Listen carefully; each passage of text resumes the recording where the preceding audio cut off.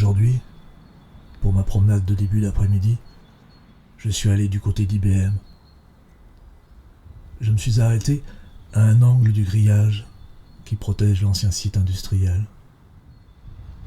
J'ai souvent fait une pause à cet endroit pour filmer ou soulager ma vessie,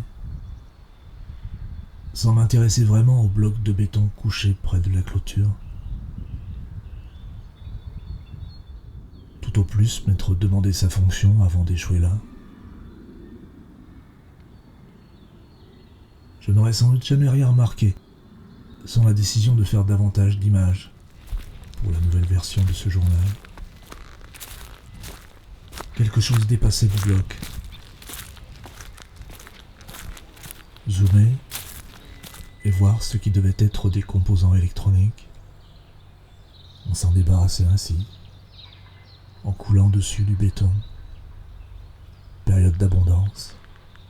Le site a démarré en 1966, fermé en 2005. Et sans doute la façon la plus simple d'éviter que des concurrents viennent fouiller les poubelles.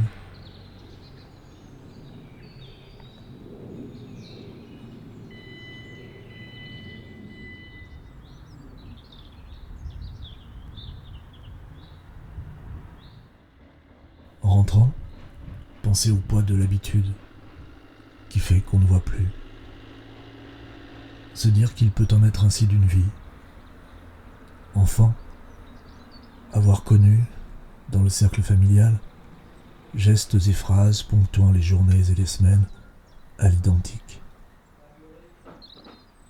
Retrouver cette inertie en partie au travail, pendant les récréations. Et penser à Proust, l'angoisse que crée la rupture de l'habitude lors des séjours à Combourg. Mais se créerait quoi sans cette rupture nécessaire du même, sans le pas de côté qui lave le regard, débarrasse de ce que Proust appelle l'influence anesthésiante de l'habitude. Et il s'y connaît. Dans Du côté de chez Swann, 54 occurrences du mot. Et quand Marcel accepte de boire un peu de thé, c'est contre son habitude. Je refusais d'abord et, je ne sais pourquoi, je me ravisais. Sans renoncement à l'habitude, pas de Madeleine. Quant à la tante de Marcel, elle tient à ce que le déjeuner du samedi soit avancé d'1 heure, afin que Françoise puisse aller au marché de Roussainville-le-Pin.